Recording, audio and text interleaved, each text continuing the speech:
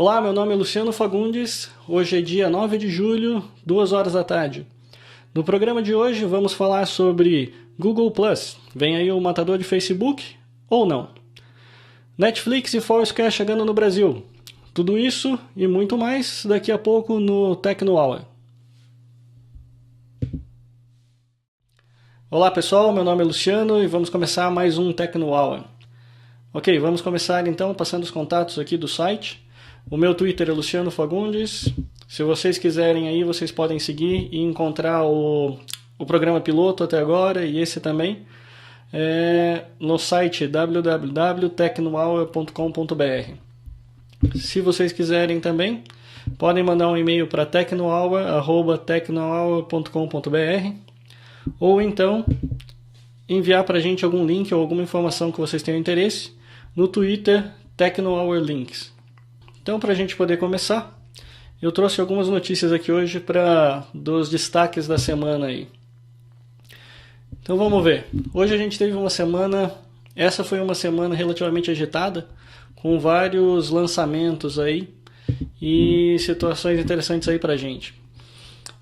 Eu resolvi começar já com a notícia do Google, porque essa semana teve o lançamento em beta aí do Google+. Vocês podem ver aí pela primeira página que a iniciativa já foi meio controversa. Então você vai ter gente que adorou o Google Plus e vai ter gente que detestou o Google Plus. Os grandes fatores aí, o que é o Google Plus para começar? Eu trouxe aqui um videozinho que eu vou deixar tocando, ele está em inglês, mas vou até tirar o som dele, é um videozinho que veio aí da CNET. E aí esse vídeo depois vocês podem dar uma olhada no nosso website, pegar o link para dar uma olhada melhor de como é que ele funciona, que ele faz uma boa explicação de como é que é o Google+.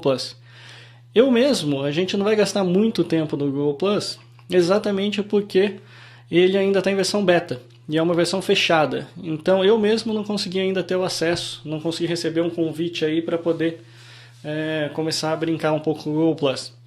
Mas eu vi e acompanhei a mídia internacional aí, e na realidade a grande sensação do Google Plus é uma novidade de interface de usuário. Eu acho que essa é uma coisa que está caminhando aí e cada vez mais o pessoal de desenvolvimento de software precisa se preocupar com isso. Aquelas interfaces básicas que a gente estava acostumado de desktop, elas estão acabando. Então não adianta a gente pegar e ficar naquela estrutura de menus e file, open, tools, blá blá blá, que isso daí os usuários já estão acabando deixando de lado. E se você vê tudo que o Google fez, o Google ele acabou não criando nada novo. Tudo que tem nele já existia, seja no Facebook, seja no Twitter, mas ele acabou dando uma boa atualização na interface gráfica e deixando fácil para o usuário em fazer coisas que antes ele até poderia fazer, mas de uma forma muito mais complicada. Então, se a gente der uma olhada aqui, esse vídeo já mostra alguns dos recursos aqui que são bem interessantes. Então deixa eu voltar aqui um pouco. Vocês podem ver que a interface básica dele aqui, ele é praticamente um Facebook. Isso, então vocês podem dar uma olhada aqui na interface dele, que é praticamente um Facebook. Ou seja, ela é muito parecida.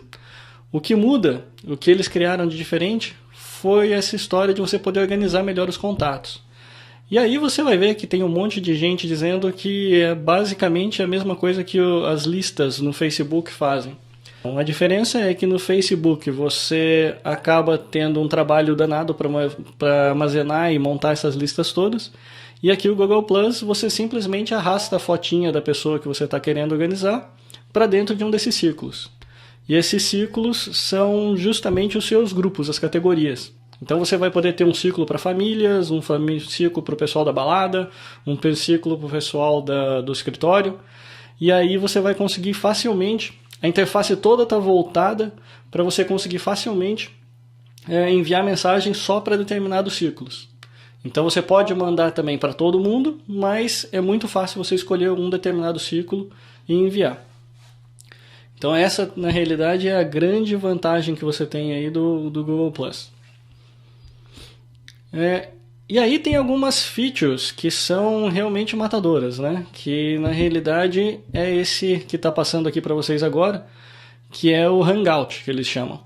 Esse daqui ele é um chat de vídeo para 10 pessoas.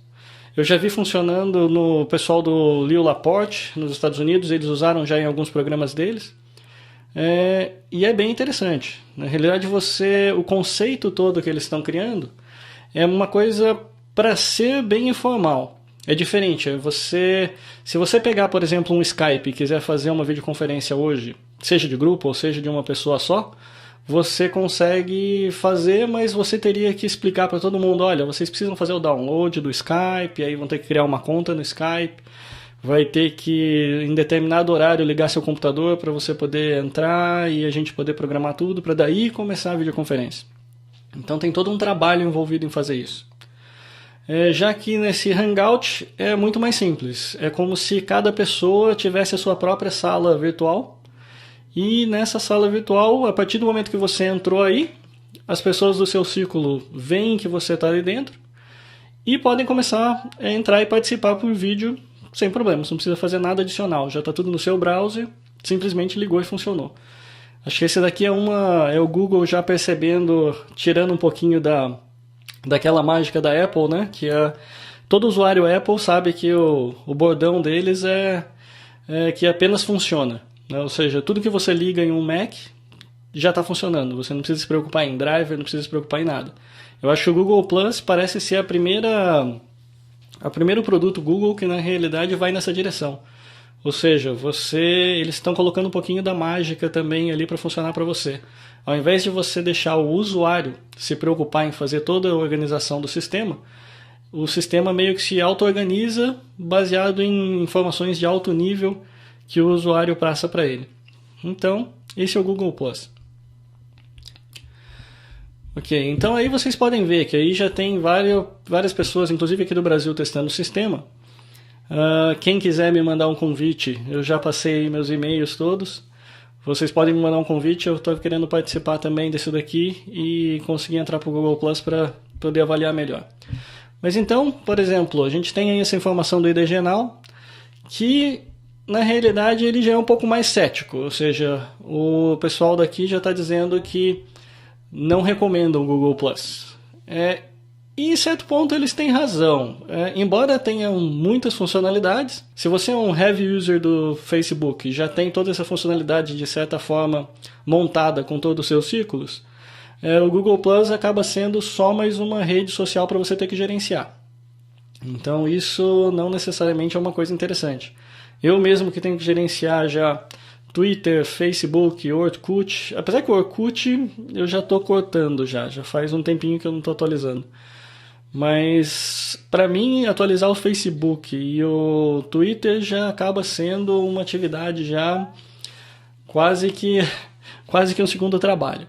Então, se eu tiver que consumir aí o Google Plus também para fazer essa organização toda para um terceiro site ainda, eu tenho minhas dúvidas se eu mesmo vou fazer. Na realidade, o que eu vou acabar fazendo é esperar para ver para que lado que o mercado vai e aí pegar o vencedor.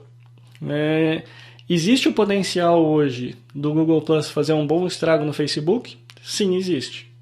Agora, a gente tem que lembrar que, na realidade, está para ser anunciado aí também uma integração do Facebook e Skype. Os primeiros testes dessa integração aí também já estão acontecendo, a gente já consegue escutar informação na mídia. E também parece ser uma coisa bem interessante, onde eles vão conseguir fazer video chat e tudo mais.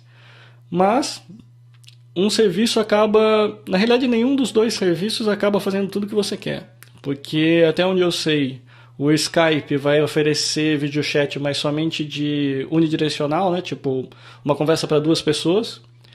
E o Google Groups, aqui o Google Plus, ele já está oferecendo então para múltiplos usuários. Então isso pode ser uma boa razão para você entrar para o Google Plus. Então, talvez você acabe tendo informação dos dois lados. Você mantém às vezes o seu Facebook, porque lá é onde todo mundo está. E você talvez venha e mantenha aí o Google Plus para usar essas funcionalidades adicionais, caso você precise. Porque afinal de contas também não é muita gente que usa videochamada hoje. Então aí você tinha tirado então essa informação então aqui do IDGenal. Aí já começaram as primeiras brigas, né? Ou seja, logo no lançamento do Google Plus, você tinha algumas ferramentas lá, alguns aplicativinhos do Facebook que foram lançados para você poder exportar os contatos, justamente porque o Google sabe que o sucesso disso vai ser justamente a facilidade de uso. Se ele não conseguir, se ele falar que eu tenho que transferir meus 200, 300 contatos manualmente do Facebook para o Google Plus, ninguém vai usar o Google Plus. Então, nesse caso, ele tinha criado então esses aplicativinhos justamente para facilitar essa migração, mas aí, obviamente, o Mark Zuckerberg não é estúpido nem nada, e ele já parece que bloqueou esse acesso. Então, se isso vai voltar a funcionar ou não, não sei, porque eu sei que essas brigas aí com o Google já existiam desde a época do Orkut, e não tem muito que, somente o tempo aí para a gente saber se a gente vai conseguir ter alguma facilidade ou não para transferir os contatos do Facebook para o Google Plus. E aí, como toda boa versão beta, o pessoal também já começou a descer a lenha aqui com relação a problemas de privacidade e probleminhas diversos que são encontrados no sistema. Eu nem vou entrar muito em detalhe nesse caso aqui, uma vez que, por definição, o Google Plus ele é um software beta. E por ser beta, ele tem mesmo erros. Não tem muito o que a gente falar sobre isso. Agora, o principal dessa fase aqui dessa notícia é justamente que eles possam acertar o sistema, para daí sim, quando a gente tiver uma versão final, aí sim a gente pode realmente fazer os prós, contras, comparação de facilidade de uso, como é que ele funciona com o Facebook, e aí sim a gente consegue ter um parâmetro real. Por enquanto, praticamente qualquer coisa que você falar que isso é ruim ou isso não é ruim, a resposta básica é a mesma. Vai ser resolvido na versão final. Essa é a resposta básica, então não tem muito o que se preocupar. Agora, ainda referente ao Google, mas uma outra coisa interessante aqui que apareceu foi justamente para o pessoal que usa o smartphone Android.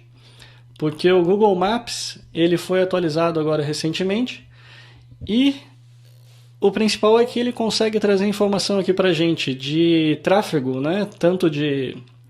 E aí, no caso, tanto de tráfego daí de automóvel, mas também agora informações sobre metrô, trem, tudo isso no smartphone. Então, e tudo isso atualizado com dados do Brasil. Então essa que foi a última notícia aí que eu queria deixar para vocês com relação ao Google Maps, que eu não sei, ainda não chegou, essa atualização não chegou ainda no iOS, mas ela já está aí disponível para o pessoal que tem Android e provavelmente agora começa a ser, uma vez que está disponível o serviço, ele começa a passar para as outras plataformas também. Mas é importante pelo menos a gente ficar sabendo aí, para quem tiver já informação e já saber, já tiver alguma opinião sobre é bom, vale a pena ou não vale, a gente pode daí conversar sobre isso. Se alguém quiser passar alguma informação sobre a experiência que teve aí com o Google Maps novo, pode entrar em contato com a gente no Techno Hour e dar seu depoimento aí. Falamos bastante de Google. Ok, agora vamos fazer uma pequena pausa, só para eu poder mostrar para vocês um pouquinho do software do nosso patrocinador de novo, da Bobs2Go. Então vamos lá, trazer o iPad para a tela. Então, o software que eu queria mostrar para vocês hoje é um dos softwares que eu gosto mais, que é o iTunes. O iTunes ele é um software para fotografia. Então a gente desenvolveu, ele foi desenvolvido para iPhone, mas como vocês podem ver, principalmente aqui no iPad 2, ele consegue rodar com todas as funcionalidades. No iPad 1 você consegue rodar também, mas obviamente você não vai ter a funcionalidade de câmera. Então, para que ele serve? Bom, o iTunes ele é feito para te dar acesso fácil a diversos filtros e também para fazer cartões e efeitos digitais nas suas fotos. Então, eu vou buscar aqui algum projeto que eu já tinha montado. Vamos fazer o seguinte, vamos pegar alguma coisa da biblioteca de fotos. Então eu vou pegar aqui alguma foto que eu tirei lá nos Estados Unidos mesmo. que foi durante lá o WWDC. Então, vocês podem ver que se eu quiser dar um preview, eu posso dar um preview aqui na foto toda, dando um double click. E aí quando eu voltar eu posso aplicar agora vários efeitos. Então eu posso colocar, por exemplo, balões. Então tudo isso daqui disponível já na App Store.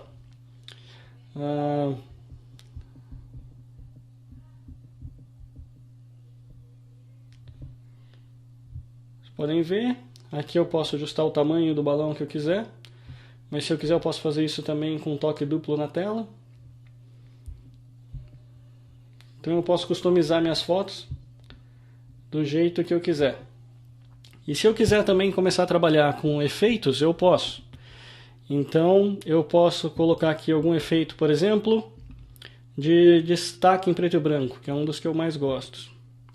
Então vocês podem ver aqui que você tem a tela agora, a imagem ficou toda em preto e branco, e eu posso vir e dar o efeito com o meu dedo somente onde eu quero. Então eu vou querer pegar só o destaque da tela colorido e todo o resto em preto e branco. Certo? Então aí quando eu voltar, já está aí com aplicado o efeito na tela. Se eu quiser enquadrar isso daqui para poder passar para alguém, eu tenho daí diversas opções de cartão que eu posso daí pegar, escolher e aplicar. Então eu posso usar aí, no caso esse daqui é um tema aí de viagem ou de quadro negro. Então esse é o iToon e você tem aqui diversas possibilidades para você fazer a exportação dessas imagens. Então eu posso mandar por e-mail ou eu posso gravar na minha biblioteca local. Então se eu quiser mandar esse daqui por e-mail, ele já mostra aqui para você, já inclui a imagem, só precisa enviar o e-mail por ali. Ok? Então esse é o iToon e ele está disponível na App Store. Se você estiver interessado em algumas das nossas outras aplicações, você pode também procurar no site www.babs2go.com.br ou procurar por Babs2Go na App Store. Agora, duas notícias interessantes aqui. Uma referente ao Netflix, que agora é oficial. Para quem não sabe o que o Netflix é um serviço para streaming de vídeo. Bom, para a gente poder fazer um paralelo aí do que é o Netflix, ele é mais ou menos o que seria hoje aqui no mercado brasileiro o Netmovies. Tem também aquele pessoal da Terra, né, que faz também locação de filmes.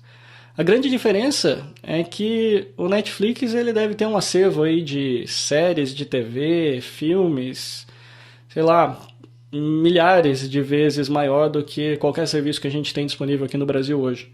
Então, por isso que causa um certo rebuliço no mercado aí quando a gente escuta falar que o Netflix está chegando.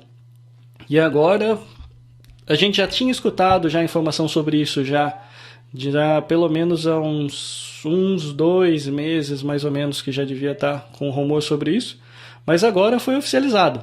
Você pode ver que agora o CEO Reed Hastings deu uma informação oficial nos Estados Unidos dizendo que eles estavam preparando para expandir na América do Sul e Caribe.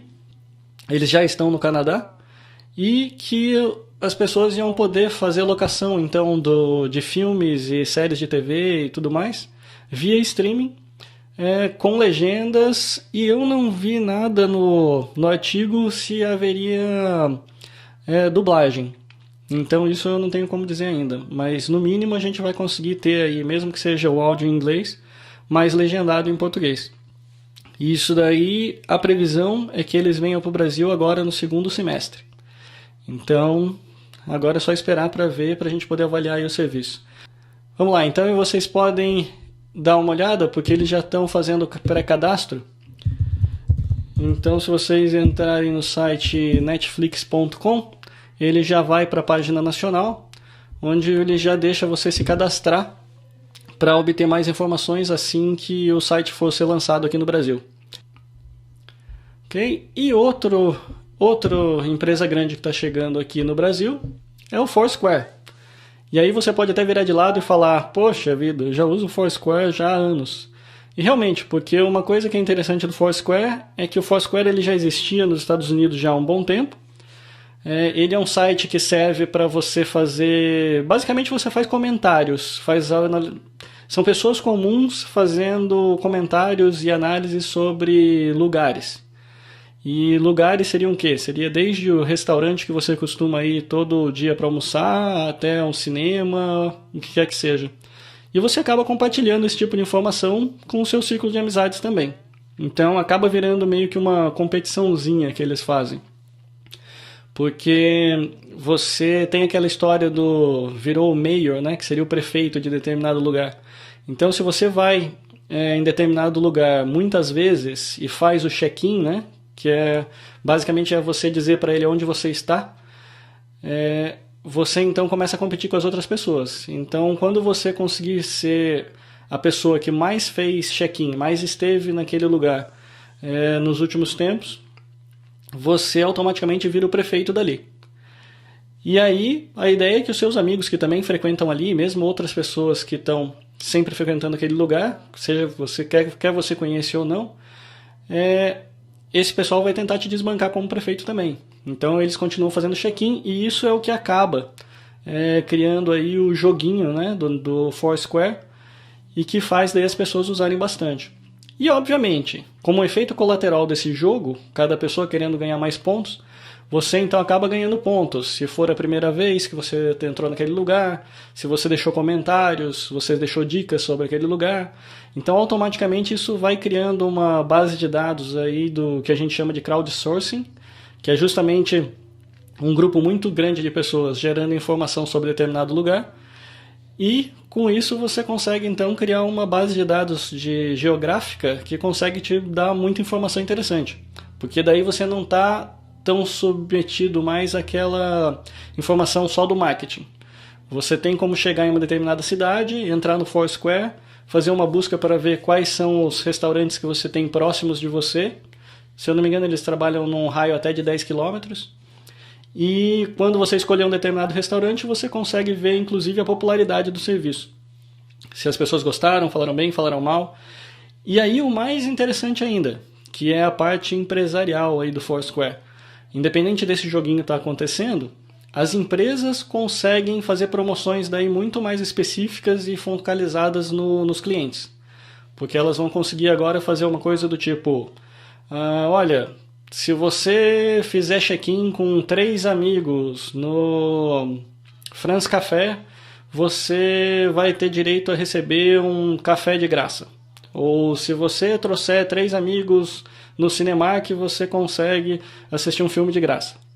Então, esse é o conceito empresarial, é a forma de você, o que a gente fala em inglês, monetize o produto, né? Ou seja, essa é a forma como você consegue fazer esse produto que é de graça para os usuários começarem a gerar algum tipo de lucro também. Então, legal. Então, você provavelmente já deve até usar o Foursquare, mas agora só para o seu conhecimento, você vai ter aí então a página do Foursquare então também em português, com promoções e tudo mais, agora focados ao público brasileiro. Que até então a gente usava o sistema, conseguia ver dicas, conseguia ver tudo mais, mas não tinha muita gente usando ele efetivamente para criar promoções e trazer benefícios adicionais para os usuários. E a partir de agora você tem. Então agora o Foursquare já chegou oficialmente no Brasil. Ok, vamos para o próximo. A banda larga. Vai chegar a banda larga para todo mundo. Esse também é outro ponto de polêmica.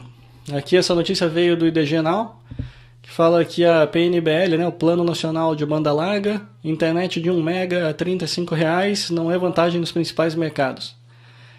Bom, isso daqui já era de se esperar, né?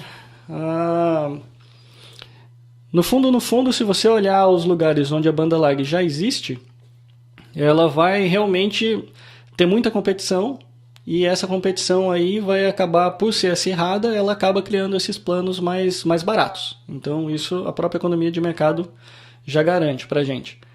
Agora, a vantagem desse plano na realidade vai ser a hora que você conseguir incluir o pessoal que está excluído. Ou seja, A vantagem desse plano vai ser na hora que você conseguir trazer os municípios pequenos e as regiões aí mais remotas para conseguir fazer parte aí, conseguir ter o acesso à banda larga e num custo também baixo.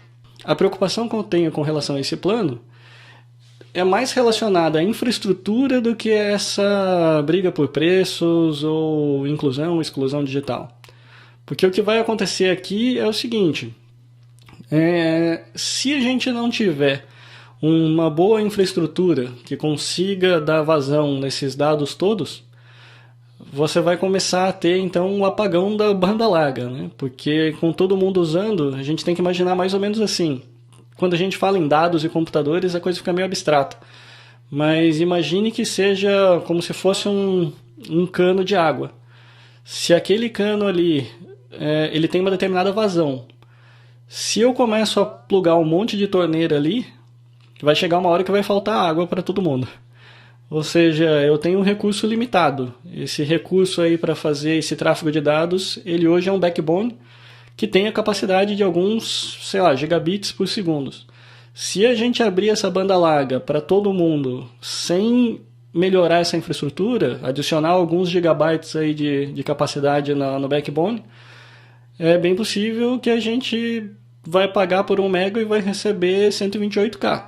Então essa é a maior preocupação que eu tenho aí com relação a essa notícia. Junto com a notícia de banda larga, eu também trouxe para vocês darem uma olhadinha uma notícia que saiu na Info, que foi uma análise que eles fizeram sobre os tablets da CCE. Esse daqui é outra iniciativa que, na minha opinião, também eles não entenderam o que um tablet deve ser. O tablet em si, se você olhar o equipamento, ele tá legal, eu não vejo grande problema. Eu não cheguei a analisar ele na minha mão, mas pelos vídeos que eu vi, eu acho que ele não tem nenhum grande problema. Agora, você colocar um tablet com o Windows 7, nem a Microsoft está fazendo isso. Eu não sei o que a CCE resolveu fazer, mas a verdade é o seguinte, né? Então eles vêm com toda aquela conversa de que, olha, é interessante porque as pessoas já estão acostumadas a usar o Windows. Poxa vida, eu fui devo ser um dos 3 usuários que algum dia compraram um tablet que foi, se eu não me engano, um computador da HP, que na realidade ele era tipo um notebook, né? Com tela sensível ao toque, que eu até tenho ele aqui em casa, que ele justamente roda o Windows. Aquilo ali é quase impossível, é ridículo você tentar usar a interface do Windows com toque. Tudo bem, a Microsoft diz que dá para fazer, os botões são grandes, dá para você usar, mas, digamos assim, se a gente pegar o modelo do setor, que é quem é o mais vendido, né, o melhor tablet aí de todos até agora, reconhecido mundialmente, o iPad. O iPad ele conseguiu fazer isso por quê? Justamente porque a Apple pegou, reduziu o macOS em todas as funcionalidades dele, de forma a criar um sistema operacional novo que fosse especificamente utilizado com toque. E isso gerou o iPhone OS, que agora é chamado iOS, que é o que roda no iPhone e no iPad. Ou seja, o primeiro tablet de sucesso só teve sucesso porque abandonou todas as características do desktop e criou um sistema para tablets, para toques.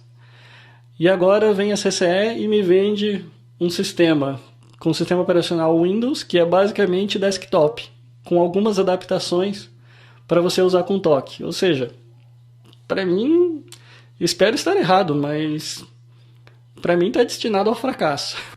Olha lá, aí a gente ainda vê que ele vai ter um SSD de 16 GB de armazenamento e vai custar aí, ou vai estar um preço estimado de R$1.000.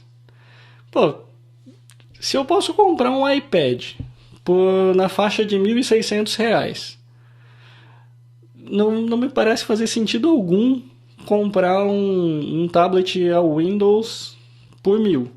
Sem contar que a gente vai ter ainda toda aquela questão de diminuição dos preços por causa das leis dos tablets. Se esse tablet da CCE não for metade do preço de um iPad, não tem como prever boas vendas para isso. Mas essa é a minha opinião. Vamos ver o que o mercado diz depois.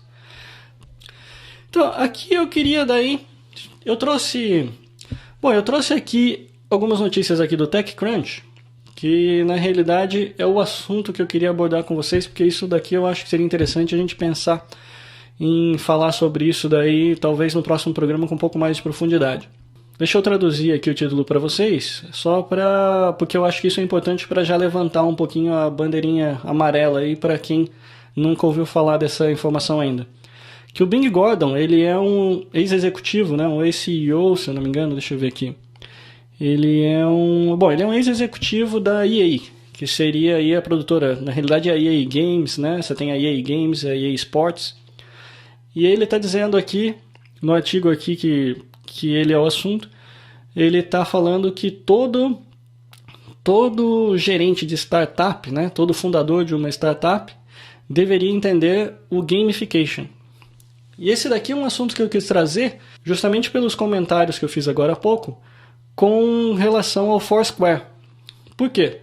Porque vocês viram que o Foursquare ele gera aí uma informação gigante de dados geográficos, né? Ou seja, ele consegue coletar por todos os lugares que você anda, e mais importante, não é simplesmente saber onde você esteve, mas saber que você esteve em determinado restaurante, se você gostou, se você não gostou, se você recomenda, se você tem dicas, se você tem fotos sobre ele.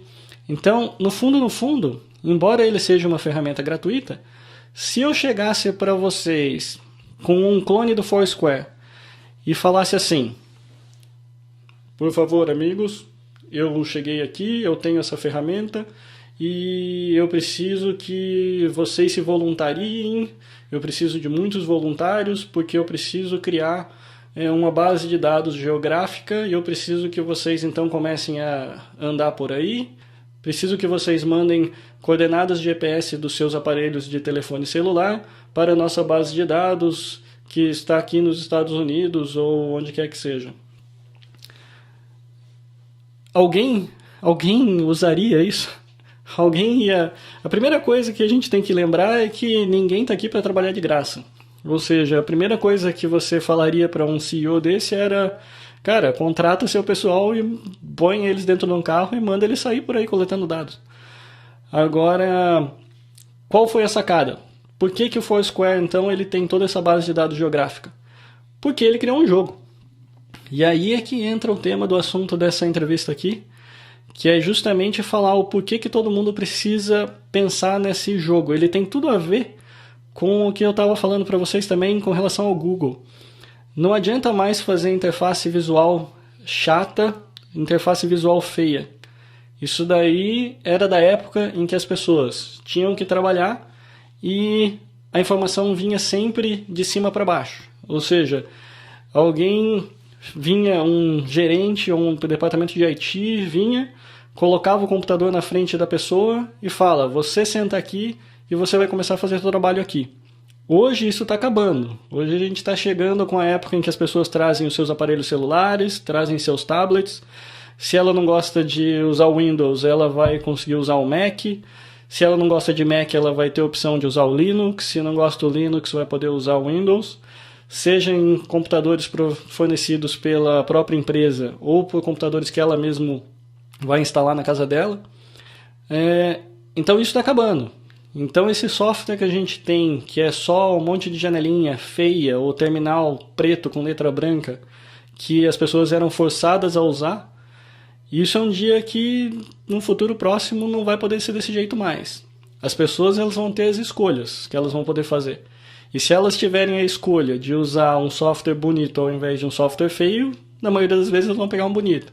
E principalmente, se elas forem ter a escolha entre um software fácil de usar e um difícil de usar, não dá nem para imaginar qual vai ser a escolha delas, né? Então, essa história de você conseguir gamificar alguma coisa está justamente relacionada com isso. Ou seja, você precisa conseguir criar uma interface gráfica, seja que permita você criar algum tipo de jogo social, ou que você consiga fazer algum tipo de interface intuitiva que as pessoas achem interessantes, porque isso é o que vai trazer o sucesso do seu software nessa nova era de geração de software. Então, se você é uma empresa e ainda não tem bons designers de interface gráfica, então está na hora de você começar a pensar em contratar, porque esse vai ser a onda do futuro. Não adianta nada você chegar com 30 milhões de features e seu usuário não quiser usar o sistema. Se você comparar, por exemplo, o Microsoft Office, o Word, com o Pages da Apple, você vai ver que o Microsoft Office oferece 1 zilhão de funcionalidades a mais. Mas você vai ver que qualquer estagiário saindo da faculdade consegue mexer no Pages e nem não necessariamente um cara de IT extremamente especializado consegue usar todas as features do Office. Então, esse é o ponto que a gente está falando. Muita gente diz que o sucesso da Apple, em parte, é justamente porque eles eliminam features.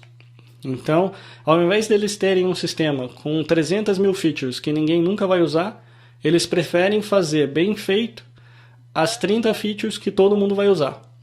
E é diferente. Quando você usa um Word e quando você usa um Pages, você percebe claramente essa diferença. Tá? Então, essa era a bandeirinha amarela aí que eu queria levantar para vocês, que é justamente essa história da gamificação. Então, vale a pena que vocês já deem uma olhada aí e já comecem a se preparar para esse futuro aí, que nem é tão futuro, já está bem próximo. Ok, agora para a gente partir aí para a parte final do podcast, agora vamos passar para vocês algumas notícias mais interessantes aqui. Você pode ver aqui então que o G1, que traz a notícia aqui pra gente, que a Feira do Games EGS ocorre entre 28 e 30 de outubro em São Paulo. Então aqui vai ser uma oportunidade interessante aqui de verificar lançamentos, de ver tudo que está acontecendo aí.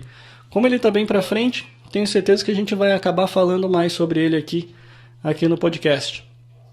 Eu separei também para vocês aqui os 15 gols mais bonitos aqui do FIFA 2011. Do pessoal que joga online e tudo mais, que grava e submete lá para EA Games, eles fizeram consolidados.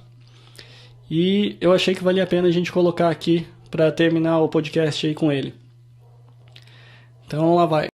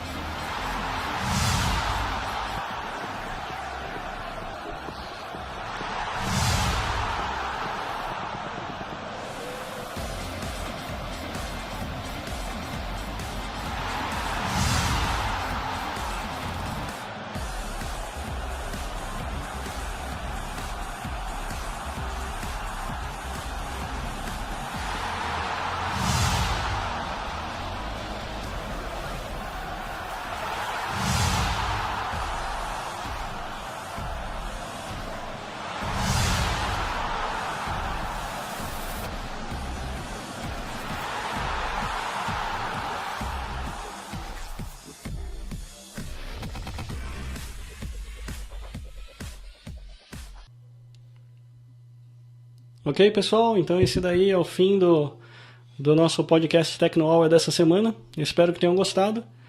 E falo com vocês de novo na semana que vem. Abraço.